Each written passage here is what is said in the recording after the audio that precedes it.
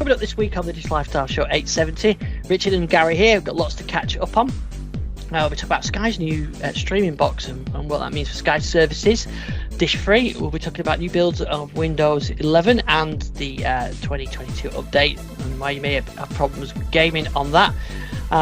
We've got new apps for Windows 11 and space stuff and lots more. So let's get straight to Richard and Gary. So Richard, good evening. Good evening, Ian. How are you? Okay, great. And you're back.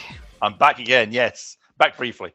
Yeah. So last week you were out and about last week. Germany, was it? Somewhere. Last week I was at the Munich Oktoberfest in a beer tent drinking beer, which is the correct thing to do in a beer tent.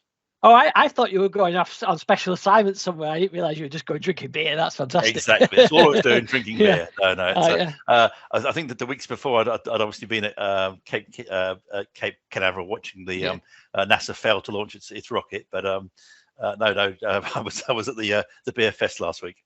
That's much better.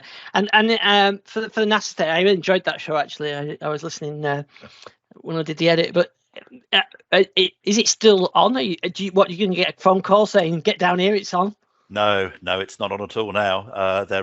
In fact, as we record, they've rolled it back into their big vehicle assembly building to provide out Hurricane Ian. Ian, which is obviously when we laugh, but it's quite a serious thing. It's going to hit Florida. So they've elected to roll it back into its big safe house where they'll. Although I gather just after it rolled back in, there was a small fire. So I think the cursed rocket's basically cursed. Hasten to add, no injuries, but they had to evacuate the assembly building while the services dealt with the fire. So it's just one more thing, really. I think if they try, they could in theory launch it at the back end of October. I don't think they will because there's a lot of stuff. They would have to work flat out to get it back out on the pad ready for launch at the end of October. So I suspect they'll probably play it safe and go for November when the weather will be better. So if I was a gambling man, I'd bet it's going to go at some point in the last 2 weeks of November. Well, I can think of worse place to spend the last 2 weeks of November. Well, actually, I was running the first 2 weeks in November in Florida anyway, because my brother's running some sort of half marathon event around some Disney parks. So I'm going to go and cheer him on for that. And there may be some checking out of rockets again. I have to say one thing occurred to me because a few people I saw said, well, they would never cancel the Space Launch System because they spent billions on it. The hardware's been built. They'd never cancel it. And I thought, oh, wait a minute. If you look just across the water from the launch pad, you'll see the Saturn V center. It's got a almost complete Saturn V laid out. It's like hardware's all built, ready to go, but was cancelled. So you think, there is a path form. When the funding gets turned off, and I would think there's going to be a few questions asked now about how long this thing is taking. But I think I had my rant last show, so I shan't do it again. It was good. I enjoyed that, and I remember you saying that if they push it back, that introduces even more risks. So it does. Because it was November 2020 when they began stacking the booster. It's like wow. That's quite a long time. Those boosters have been stacked now, so there's many things are starting to expire. So it's going to be. I don't envy the engineers trying to find the best way forward. Yeah. Oh well. Hopefully, the last couple of weeks in November sounds very pleasant. I think I don't. You were here last week. The week before, I did spot some space debris coming through the atmosphere. Actually, and I told the story, so I won't go too much into it again. But this week, last week I saw it. I think it was 2 weeks ago. The sort of arc in the sky. I thought it was some kind of meteor. And when I looked on Twitter, loads of people saying it's a meteor, and then one of the agencies, the UK one, said it was actually space debris going into the Atlantic. Yeah. So it was the first time I've seen anything like that. But I reckon. Have you seen the space station going overhead? Yes, I have. Yeah, a few years ago, but I do remember seeing that. That's always worth seeing because it's so bright. Yeah. So wow. When you see that, and it's very, and that's how you can see because it's very clear, isn't it? And I think you could almost make it out as a shape, right? It's not just like a star. You can actually almost make something out from it, can't you? You can, yeah. And I think at the moment, we're getting very nerdy here, but I think at the moment, are we not coming very close to Jupiter right now? So yes, we are. Yeah. A pair of relatively good binoculars, you can probably make out the stripes on the surface of Jupiter. Excellent. I'll have to have a look at that. I So think there we we've go. got. I think my Alexa even told me we've got a eclipse coming up in October as well. Excellent. Yeah, so even my, the Alexa show, it shows you all the little things. I thought, oh, I have to tell Richard about that one. Although I suspect you already know when they are because you've got it in your calendar. Exactly. Sure. And also, it's not a full eclipse. Yeah. Oh well, right. Well, we've got plenty of things to talk about this week. Garry should be joining us shortly, but we'll continue. Hopefully, he can join us soon. We've got some new builds, and we've got a new box from Sky as well. I wanted to ask you about, and and firstly, I want to mention we've got a Microsoft Surface event confirmed now, haven't we? We have, yeah. It's October 12th, I think. Yeah. So it's speculation time. Is it a Surface event? I think Microsoft say it's an event, isn't it? I think. Yeah, so it's time to speculate. Obviously, I'm no longer subject to any embargo, so I can speculate with all without caring in the slightest. Yeah, I mean, it's got to be the event where they basically build a Surface with an ARM chip, and have it just as an option. It's supposed to be the Pro X. It's now everything's a Pro 9, and you can have it with Intel, AMD, ARM, whatever you like. It's all the same. Yeah. If they don't do that, then I think that tells us all we need to know about Windows on ARM. Yeah, I think you're right. And there are some rumors around that's exactly what they're going to do, a Surface Pro 9 with an ARM option. I think that makes sense because the form factor it doesn't warrant, and just a different chip doesn't warrant to have a separate device range anymore. I think when the Pro X was kind of this is an experimental device, whereas now they've got to the point where you're either in or out, haven't you? So yeah, it's either one of the range or it's not. So yeah, I think they'll do that. I wonder. I think, like I said, I heard a few things about the Surface Pro 9 having different chips, but nothing about a Surface Go 4. Because I think that's the 3 was this time last year, so it would be the 4 this year, wouldn't it? But nothing. Do you think we'd see an ARM version of that? Because to me, that's the device that seems to make the most sense to be an ARM. I mean, I would like to see one, but again, as you say, I suspect we probably won't. I think it's going to be all about the Pro 9, maybe the laptop. Do you think? Yeah, that's due a refresh, I think, as well. But yeah, I think you're right.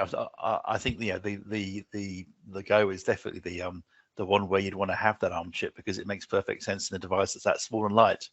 And again, now there's so much more that's ARM native on Windows, because one of the real big problems I think with ARM-based Windows machines was that so much of your software suite had to run as Intel apps for emulation. Of course, as soon as you do that, you negate all the benefits of having the ARM chip. You haven't got performance. You've got the battery life drops. It's just bad all round. But now there's so much more native ARM stuff out there, including key things like Office, what have you. It would seem to make sense to run a small, lightweight device with an ARM chip. Let's face it, Apple's done very well with the iPad for the last few years. Yeah, so they have. Yeah, I'd love to see. I think I don't need another laptop or a Surface Pro or anything like that. But my Surface Go is the keyboard doesn't work. Some of the screen doesn't. The touch screen no longer works quite well, right. So I think I'd like to get a Surface Go, but I think it really needs to be the ARM based one to make it worth being invested in rather than just another Intel one. Yeah. So I'd like to see that. And I think the other rumor I heard was there's a possibility of a new Surface Studio as well. Oh, really?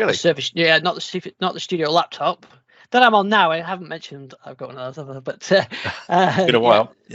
The full desktop thing, the big thing. So there's a rumor of that. So that'd be interesting to see if they go down that route, because they haven't refreshed that for a long time, have they? No, they've not. I mean, I kind of assumed that when the Studio laptop came out, or the thing which you never mention, Ian, I assumed that was it for the Studio, because I mean that's been years now without an update. Yeah. I think.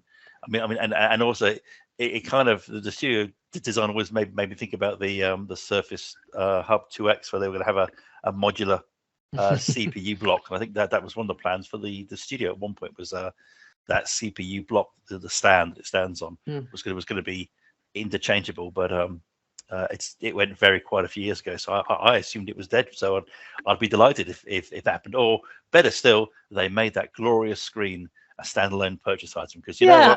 what, I would buy one of those screens. I would have one of those screens in a heartbeat. I don't know why they don't, to be honest. Make the screen and make the base unit as well, and then you can buy them as together, or you can buy them separately. Yeah, exactly. Yeah, I mean, let's face it. The Surface Pros are very good at, they're a great form factor if you want to plug external screens into them. So it would seem to be the logical thing to have at home is basically your big Surface screen, angly and touchy things with a Surface keyboard, and you just stick in your Pro in the corner and away it goes. So yeah, it would seem to be the way to go. But well, I guess we'll see. But I mean, I'm expecting if there's more than a Pro 9 and a laptop 4 would it be? Yeah, I think it's I think the laptop 5. I think is it the 5? Oh, yeah. I'll check, but I'm pretty sure it is actually now. Yeah, I think that this. Yeah, laptop 4 is already out. Yeah. It would be a laptop 5 and a Go 4. Yeah, that'd be that'd be a great idea of a screen like that, because I mean I bought a big 4K monitor for my desk during lockdown, which I use all the time now. But I think if there'd been a Surface model, I probably would have certainly looked at it anyway. Yeah. So we're thinking maybe Studio. We're thinking a Pro 9. We're thinking a laptop 5. Sorry, not 4. Do you reckon we're going to see Volterra at all? Oh yeah, that's the one that's the little ARM device, developer type device. Yes, I think if they release an ARM version of the Pro 9, then yes, I think we'll see them come out together. And if they don't do them, like you said, it's kind of game over. Yeah, I mean Volterra. I mean that was that trailed back in build, I think. Yeah, it was. Yeah, that's a long time to wait. Yeah, and if they're selling production machines with the ARM chip in, and then it shows they've invested in it. So then I'm thinking they would bring that device out. But if they choose not to go with the Pro 9 ARM version, then I think that might be a bit of a, they might not bother with the other device. It seems like the success of the Mac, their own chips has kind of, and the ARM powered ones has kind of rejuvenated Microsoft's interest in the ARM project. Yeah, I guess so. Yeah, I mean, it's So I still remember seeing the ARM demo at CES 2009, I think it was, or something like that. I was in the second row there where Steve Ballmer showed off I think it was Windows 7 running on an ARM processor, but it was only a command line, but he showed it running. So it's been a long journey. Well, it has indeed. I mean, and let's face it. I mean, the origins of Windows NT it was supposed to be architecture independent, wasn't it? Really. So it ran on all kinds of things. MIPS. It only went Intel only with I guess. Was there ever an alpha version of XP? I can't remember now. I think that's maybe where they stopped. Yeah, because there was an NT4. I remember that you could choose your processor on your architecture on that. Yeah, I think XP was the one that had the other. What was that? Was the first with the X64, wasn't it? So I mean, I guess as you say, Apple's success with its thing is, I mean, the Apple, the M1, M2. The M series chips that Apple is using, they're very much more custom than I think Microsoft's SQ series chips. I think they're little more than rebranded Qualcomms, aren't they? Yeah, I think so. Yeah. Whereas Apple have gone down to full on route of re-architecting the thing. So I guess we'll see how it goes. But I think certainly I'd be very, very surprised if we didn't see a Surface Pro 9 with an SQ chipset in it and ARM, and maybe that's just the 5G version, and if you want 5G, it means you've got the ARM chip. Yeah. Because if not, then one's got to wonder if Windows and ARM has any kind of future at all. Yeah, and I'm pretty sure what we won't see is a Surface Duo 3. I'm pretty sure maybe it's around the right time frame for the 12L launch, so it could be the announced 12L for the Surface Duo 2. I think it's too late, personally. I mean, if they don't do it, I mean, yes, you're quite correct. I strongly doubt there'll be a Duo 3, but I don't think Microsoft can wait. I mean, phones are supposed to be upgraded once a year. That is, all the manufacturers go down that yearly cycle. So the fact Microsoft saying no, your Duo 2 is fine, it means they're going to fall into the same trap they fell in with Duo 1. We have an expensive bit of hardware with a nice gimmick, the folding screen, but the hardware inside is just it's going to start feeling a bit stale quite quickly. Yeah, so, we'll see, but I that's my guess is they'll just announce the updated OS. Do you reckon the Duo has got a future? I think there's a chance that there's a Duo 3 comes out next year, but if there isn't, then obviously not. No. And I wonder if there'll be anything around HoloLens. Yes, there'll definitely be nothing around HoloLens. I can pretty much guarantee that one. Good evening, Gary. Gary's just joining us. Yeah, I'm pretty sure we won't see any HoloLens stuff. Incidentally, on the phones, my son bought a Flip? Yeah, the Flip 4, the Samsung Galaxy Flip 4. Oh yeah. So I got to play with that over the weekend, and it's a very nice device. And I like how it's small and fits in your pocket. But other than that, it's essentially just a normal phone, isn't it? That's it is, half yeah. The size when it's in your pocket. It's a normal phone. It kind of takes you to those days of flip phones, really. Yeah. Except it feels quite thick. Yeah, it does. It's a bit thicker than my Duo. Good evening, Gary. Good evening. Yeah, we're just discussing the Microsoft Surface event and what we might see there, speculating. But I was just saying that my son's got a Flip 4, the Samsung one. It's very nice. I do like it, and it's got a nice screen on the front of it. So when it's folded, it's got a touch screen you can put Android widgets on. But it does feel a little bit on the fragile side, and he's not the best at looking after his devices either. So I That's did when I was in the store with him, and because he was originally going to get the 22, the S22, and I said, "Are you sure?" Because every time he gets a lot of my cast-off devices, or he did do when they were good enough for him. Now he's earning, he buys his own thing. But they are a kind of a graveyard. I think it's a few of my tablets are in there with cracks on the screens and things like that. So. It will be a good test to see how he gets on with it, but it is nice. But it's interesting that it's the innovation. The thing that the innovation is there. The folding and the flip side of it is what really sold him on it over other phones. So that Samsung's idea of going with the Flip, I think he's driving device sales. I've seen a few out in the wild now as well. So it's not like the proposition with the Duo where it's a multitasking type thing. It's just the Flip for the sake of it, but it does seem to be generating sales and interest with people. And to their credit, they have stuck with it as well. Yeah, it's the fourth one, isn't it now? But he really liked it, and I've got to say, over time, the Samsung have really developed their ecosystem now. So they're not that far off sort of Apple's pull where he looked at the Pixel, but what really put him off that was the fact he's got everything in the Samsung apps and the Samsung Pass and Samsung, the Samsung Pictures app and everything else. So it kind of put him off going to another device, in which I had a similar thing, because when I went on holiday, I just took the Note because I didn't want to take my Duo because it's not as waterproof, etc. And I actually got used to the Samsung apps, and then when I flipped back the other way, I kind of missed them. So I think Samsung are doing quite a good job in drawing you into their ecosystem. So that's the side. So he likes. I'll let you know how it goes on for longevity, because he is a bit of a destroyer of tech devices. So one thing to note with Samsung is they don't always keep supporting things in quite the same way.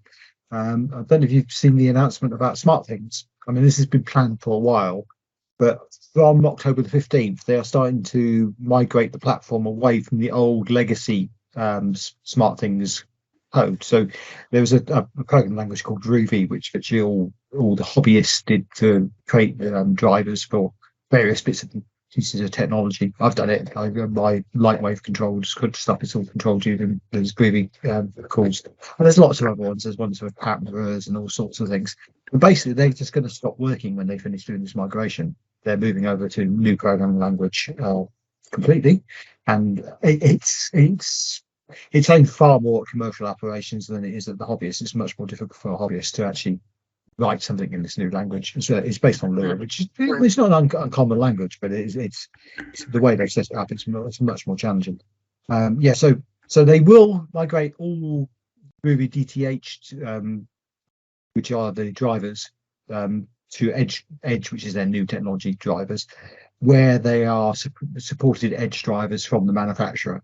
But obviously, there's a lot of hobbyist type stuff which isn't supported at all, and there's certainly a lot of the older hobbyist stuff which won't be supported because the people who did it originally have moved away from working on smart things. So it's a bad thing and a good thing in some ways, because the newer technology is a lot quicker. It allows it to run locally, which is always a good thing. You don't have to run over the web to get it to work, but at the cost of some stuff not working. But there's a whole list on their Smart Things site about things which won't work going forward, which is quite long. But there's also a lot of things which will work. So it's good and bad news. I think there's a lot of people already left the ship of Smart Things to move to other platforms, but when this was originally announced, because they felt that they wouldn't be able to support the technology they work. It is going to break some of my home automation, so I'm looking into that at the moment and see if there's ways around it. So lightweight will never be supporting Smart Things directly, so I'm going to have to figure out if there's any way I can actually do what I currently do with their newer type of drivers. But then again, I'm like usually write code, so I'll probably be able to sort something out. But yeah, for a lot of hobbyists, it's proving a bit problematic. But yeah. I think the whole smartphone thing now is almost like you don't want to spend too much time or money on one particular platform now, because you know at some point somebody could take it all away from you, and you kind of have to almost diversify what you've got rather than going all in on one platform. You have to do a bit from here and a bit from there, otherwise you could just get an email and find that your chosen platform is going away next year, and that's it. And that's happened a lot, as we know. Yeah. I mean, Hive and others, isn't Stringify, all these things where you could have spent a lot of money or time. I think often the time is where is the worst bit. You put all this time and effort into it, and then somebody changes something. But that's the same with any cloud service. I mean, I remember I spent ages with Google Reader and getting it all set to exactly how I like it, and then they pulled it, and you kind of these things happen with cloud services, especially ones that are free or part of the existing, so not ones you're paying a monthly subscription to. That they're even more likely to be at the will of the manufacturer. So if you can roll your own then and use open source type stuff, then I suppose that gives you that flexibility. Now, some of the things I wanted to discuss this week, we've talked a bit about Android subsystem for Windows, and the fact that Microsoft had it in test it's just a year now, isn't it? It's finally available outside of the US. I know in for Japan they introduced it a couple of months ago, but you can get it in the UK now. Yay! At last. At last. Yeah.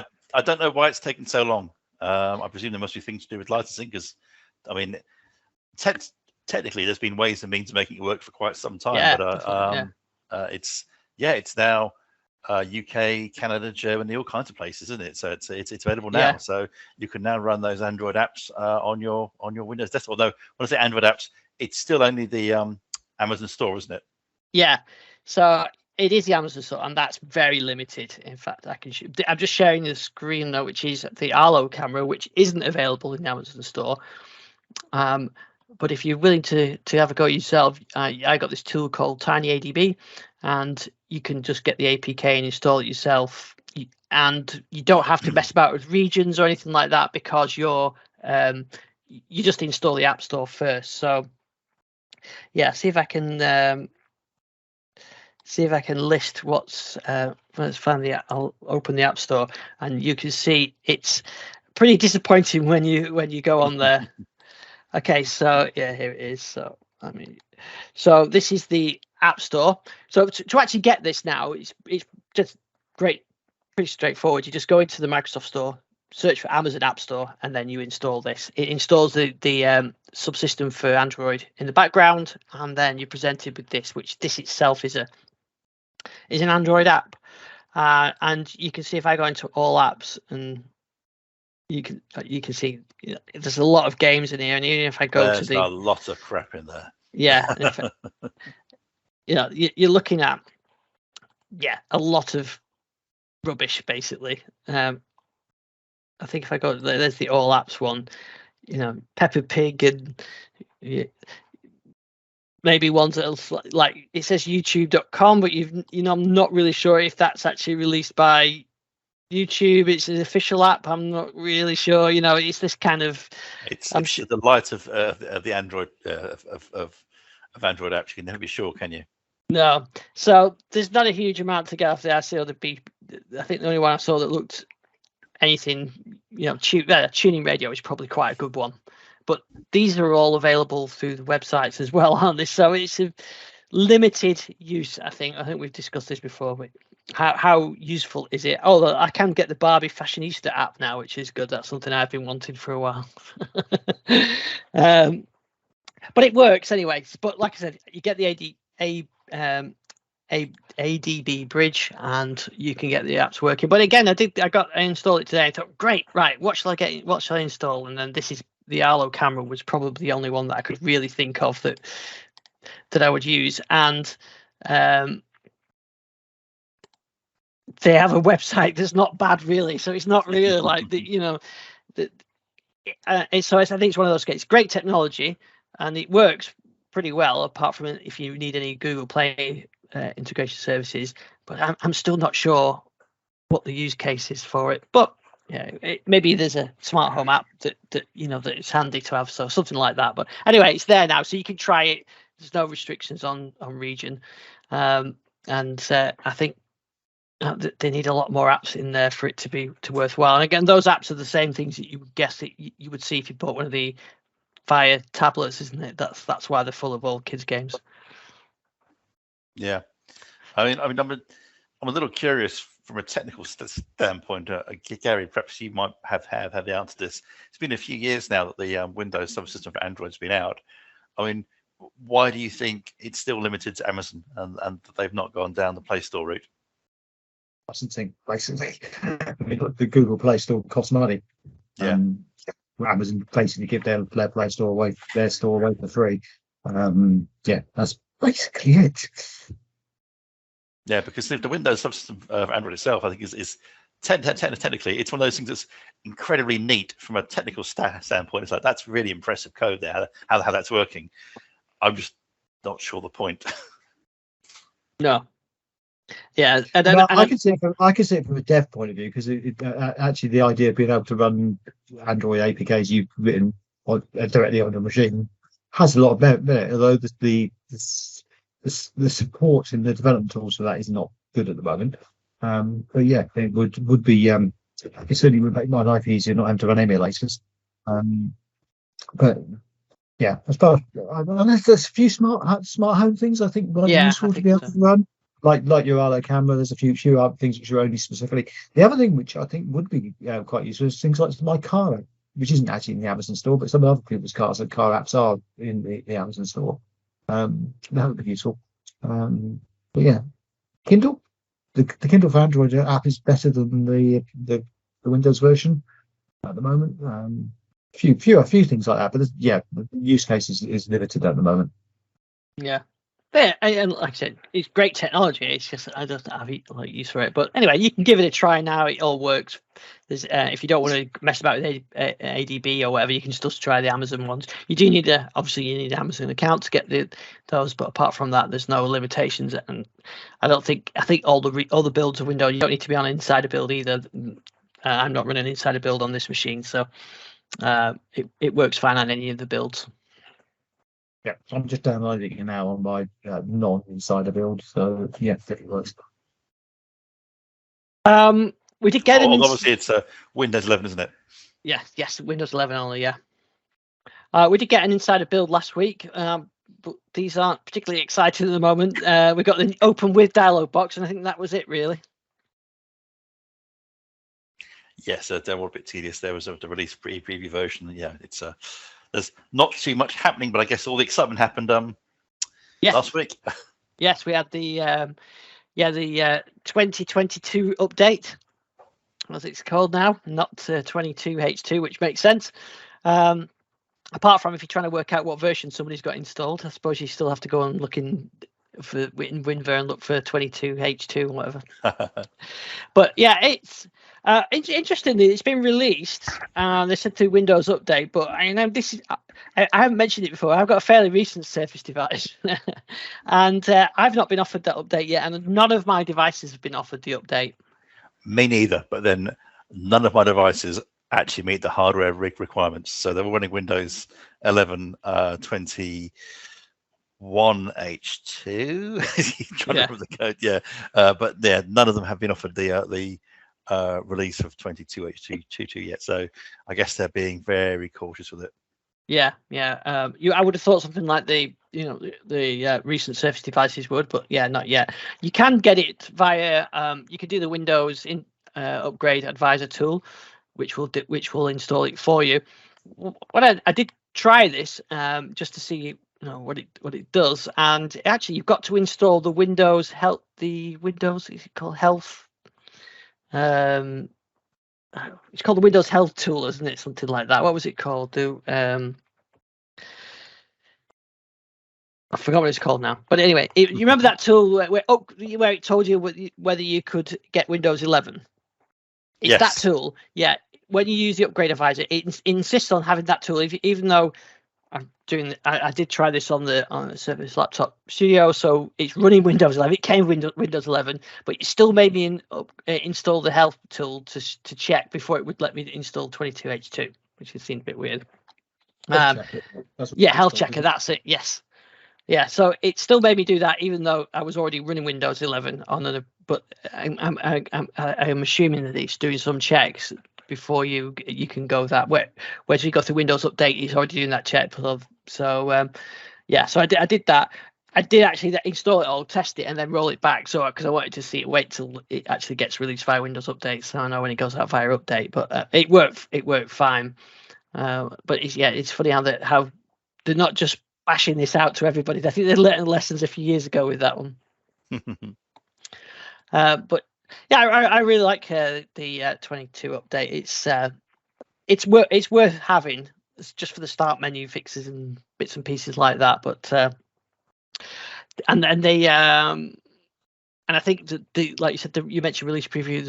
There's an update out, release preview already, which I guess will be out next month, and that will be the version that probably ships when more devices get Windows 11 22. But they did actually, for the first time, it's confirmed last week that the tabbed browsing is coming. Oh, in File Explorer. Yes. So they didn't ship it in this update, but it is coming out in October, isn't it, as a feature update? Which is, I guess, how they promised they'd do things. Yes. So, and I think that's what they were saying in the blog post. That's going forward. That's what they're going to do. So, we're going to get these annual updates, but I think they're just going to be almost like a servicing update with all the under the hood stuff. But all the UI changes and feature changes will be delivered just through a regular Windows update. So, they'll probably deliver the code. Well, the code for tab browsing is already for Tab File Explorer. Is already in these builds, and they'll just switch it on at some point in October when they think they're ready. I have got it on my Insider devices now, so at least you can test it there. But yeah, so that's coming next month. So yeah, Tab File Explorer, which is good to see. But the drip feeding of features, it's good in one way that that you don't have that big bang. But I also think from a marketing point of view, you kind of want a big bang, and also from a corporate point of view, it's kind of nice to know which version you've got out in the field. I mean, I guess the thing is, there are no more big bang things due, because they tried doing the Windows big bang thing back in the glory days of Windows 10, and it didn't go well for them, because they kind of do the huge big announcement, say these are the wonderful new things that are going to come, and then they didn't come, or they did come and then were quietly dropped a few years later. So I guess maybe in this case they're simply just looking, and maybe corporates do prefer things this way. So it's a lot quieter, and they can choose when to take these updates. I think, as you say, the challenge is knowing what's actually in them. And Yeah. what's on, it's as you said earlier, it can be quite challenging to work out which build of these PCs are running. You need to have a really good PC inventory system just to know what's on each PC. Yeah, and if you're using one of the services like Windows Update Service, I suppose you can test them and release them and control them that way.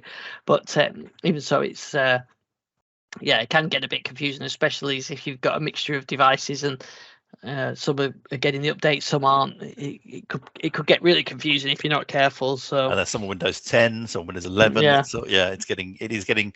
I think the Windows 10, Windows 11 different update thing, it's getting confusing again. It's actually getting very confusing again as to what's getting and why things aren't going where they're going. It just doesn't make any sense. Why would that not be there? So yeah, we shall see. But I guess hopefully we've got only 2 years left of Windows 10 now. So yes, and then we'll be waiting for Windows 12. Yeah, I suppose we will. They'll change the start menu back to left aligned. That's the big news. Exactly. Yeah, it'll be the return of Program Manager. Oh yes, I'm quite happy with that. Like the old Program Manager here with the Windows 3.1 UI. Yeah, I'm quite happy with that. Yeah, and as long as you can get it hot dog theme, the color, I'm quite happy with that. Yep, perfect. Or fluorescent, whatever it was. Yep. Yeah, hot dog was the one. There wasn't a lot of color choices was there in Windows 3.1, but I do remember the hot dog theme. Yeah, was it? Because I think was it Windows 3.1 that let you use the 16-bit color adapters? Yes, it would have been 3.1. Yeah. Of course, we're going back in the old days now. I suppose like the 16 color, 256 colors of before. Oh yeah, 256 colors. That's what we need to go back with. You wouldn't need as much video memory, that's for sure. Yeah. Although, speaking of, I mean, I have been playing some old games because I do like playing old games. Although, actually, old game alert, I've been playing Return to Monkey Island, which came out last week. Fantastic! It's brilliant.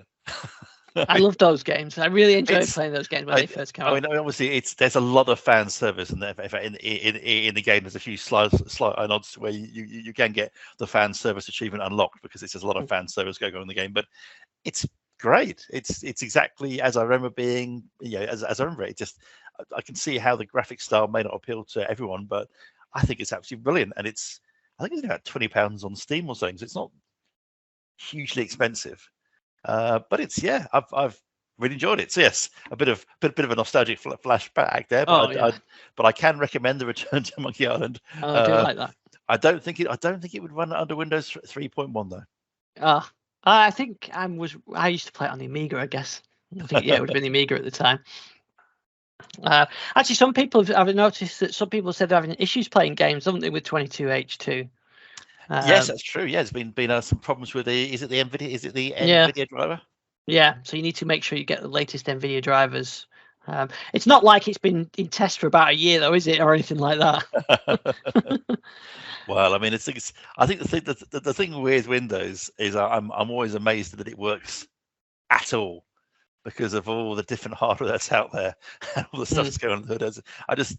I'm always. I know I complain a lot about bugs and things in Windows and stuff, but we should also just take a step back and say it's amazing this thing even works because there's so many different hardware configs out there, and the fact we get so few problems is in some ways quite impressive, even though they are irritating when they happen. But in this case, it was just was it frame rate issues with some NVIDIA cards? Yeah, that's it. Yeah, and I think if you update the latest drivers, it sorts it out. But you think that somehow, I suppose not many people have got this 2022 update via Windows Update, so they've probably forced it on themselves. So then you think if you're going to do that, you make sure you get the updated video drivers as well. But you'd think it would just all trickle down rather than anybody having to do manual intervention. Yeah. Especially as 2022 has been, was in May when we got the first version of it for insiders, so it's not like it's a new thing. Something else I did see, a new thing that looked quite interesting is, did you see that Sky are releasing a set-top box, Sky Stream? Oh yeah, this is ditching the dish, isn't it? Yeah, so it finally happened. I don't know. I think it's about time, really. But since he launched Sky Glass, it was pretty obvious that this would happen at some point. So anyone who's not seen this, it's a little set-top box. Looks a bit like the Now TV, which is essentially the same service, isn't it? But it's just a little standalone box that runs over the internet.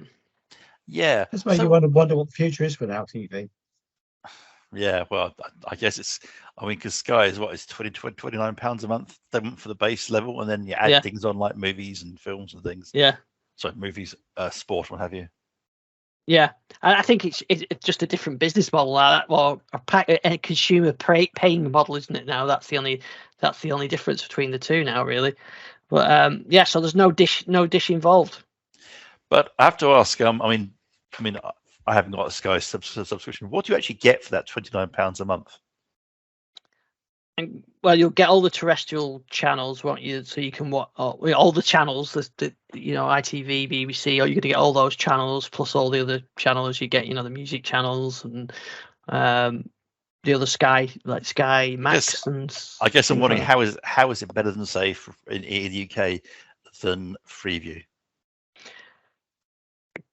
If you just get the very basic, the basic package is the same, isn't it? But then you've got the free Sky, or the in quotes free Sky channels, haven't you? So yeah, there are, I think it's Sky Max, and which was the old Sky One, and there's a few channels like that you get over top. You probably get Eurosport and things that aren't on free stat. Because £29 a month, that's actually quite a lot of money, isn't it? Really? Yeah, it is. Considering that you can get, say, an Amazon stick. I think if you would just go, I wouldn't. You wouldn't probably get one of these if you just were going to go for the basic sort of cheapest way, would you? Like you said, it doesn't make a lot of sense. This would make sense if you want to get the movies or the sports. And presumably you can't record either. So no, you can't. No.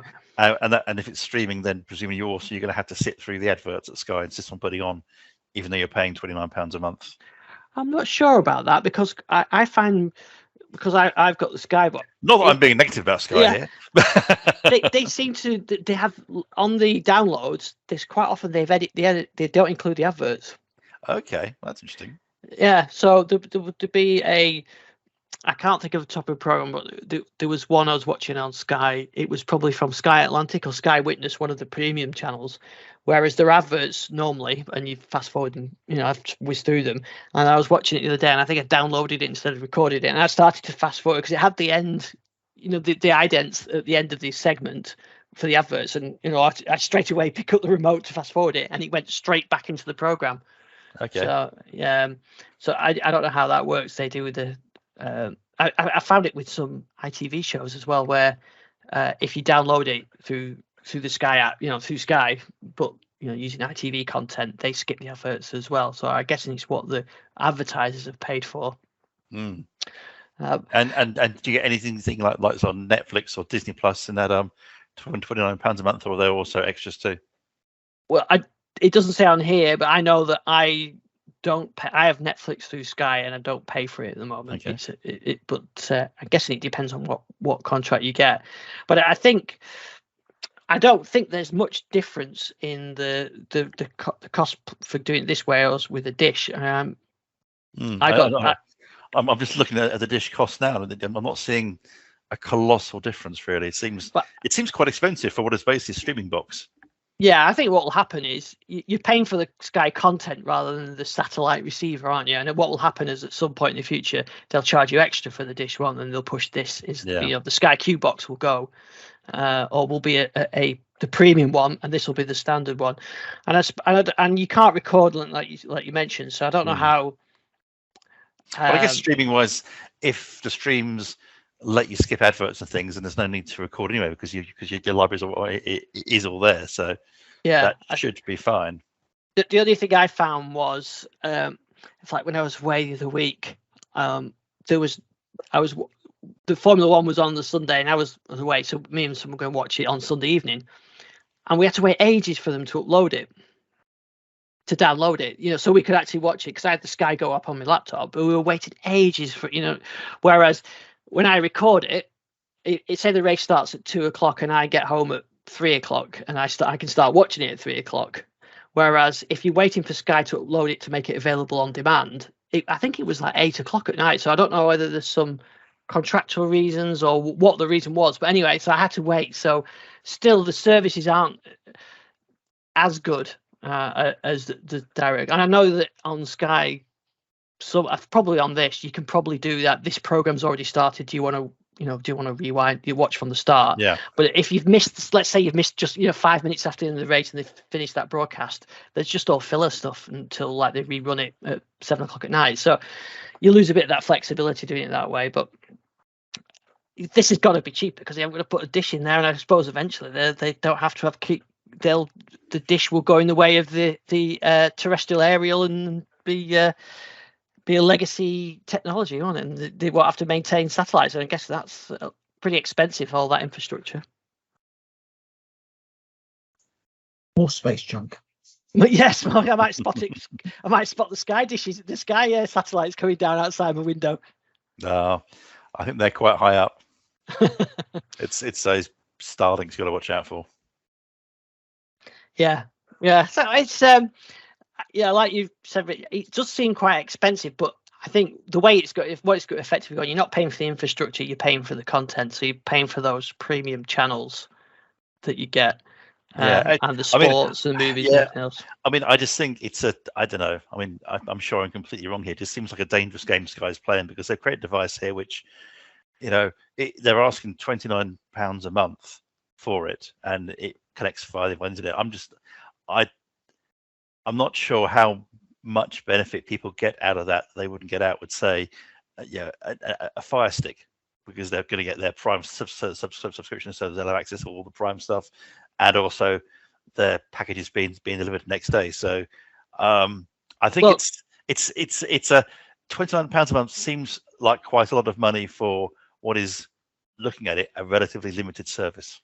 But let's say it's content, isn't it? I suppose that's what if you want to watch the new Game of Thrones, you got a Fire Stick. You're gonna have to wait till it goes on to you buy it through Amazon service, or you wait till it goes. I don't think they have offer them at all at free. You've got to pay for that content, haven't you? So you're either paying Sky for it through the Sky app, or you're paying Amazon. I mean, so again, we're coming down to just the fact that the content is now being spread across more and more streaming services, be it Peacock, or be it Netflix, be it Disney Plus. It's just so you end up going to the point where you're spending more per month than you ever did before. I'm just, and I remember the good days of the media center where you basically had your media center plugged in, and you can record what you wanted. You have what was it, the cable card, and then you can have cable, and it feels like we're going backwards, and everyone thinks, "Oh, this is great, it's on demand," and yet you think, "Yeah, but you're paying so much more now than you used to pay for this stuff." Oh, absolutely. If you add up the services, I mean, I think I mentioned before, one of my sons pays for one, the other one pays for the other, we pay for one. If you added them all up as a family, we're probably paying way more than we ever did. Yeah. Oh, yeah. It's horrifying, really, how much you pay per month now. Yeah. Gary's got us come to be buying the Disney Channel. You would indeed, Gary. I've already got the Disney Channel. So good man. That's all you need for a few years. You'll be fine. Yeah.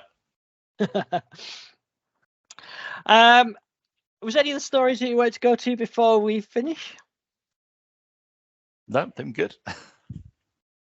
Yeah, I think that's all the stories that I had for this week. I don't think I've got any new gadgets or anything this week. Gary, got anything new? No, nothing new. Well, I did get a landing map for my DJI Mini Mini 3 because I kept finding places I couldn't land it, because the one problem with that is the feet are very short and the rotors are quite close to the ground. But that's a good idea, Matt. Yeah. Yeah, but that's one of the cheapest upgrades you can get for it, and that worked really well. And has saved the rotors a couple of times. But yeah, thoroughly enjoying, but still flying that, so that's excellent. Nothing really other than that new. And I'm in the process of building myself a Lego Apollo Soyuz test project display. Oh, exactly. Back to the 1970s again. Fantastic. I hate to think how much Lego you've got in your house now. Well, there is a reason why I keep the camera off, because this is Lego everywhere now. It's ridiculous how much Lego there is in my house. Yeah. I am planning to build a Lego SLS. And I think I might finish it off before it launches. This, right? How long before you build a full-size Lego something in your back garden and you're podcasting from the Lego whatever space capsule or whatever in your back garden? I have worked out how much Lego I would need to basically cover the walls of the shed. and I have thought about it, but for some reason, Mrs. Speed is less than keen. I'm not quite sure why. Strange lady. Well, when I watched the next episode of Grand Designs, and this week it's a house entirely built of Lego, I know who it will be. Wasn't it James May who built a house of Lego? I think, Yes, wasn't it? He did, yeah. Yeah. That was great. That was that was just down the road from where he used to live in Dorking. It was Denby's vineyard. I think he built that because I'd be driving home and see this huge thing on the horizon. It's like, oh, James May Lego house for a few days. It was great. Yeah. It's great. I mean, you can build a lot of things. Yeah, I'm waiting for the first Lego rocket actual launch. Who will go first? Will it be the NASA one, or will it be your own? I think I'll finish off mine before NASA launches theirs. Sadly. I'm sad to say. Yeah. So you're not here next week. You're off going find some other spaceships to look at.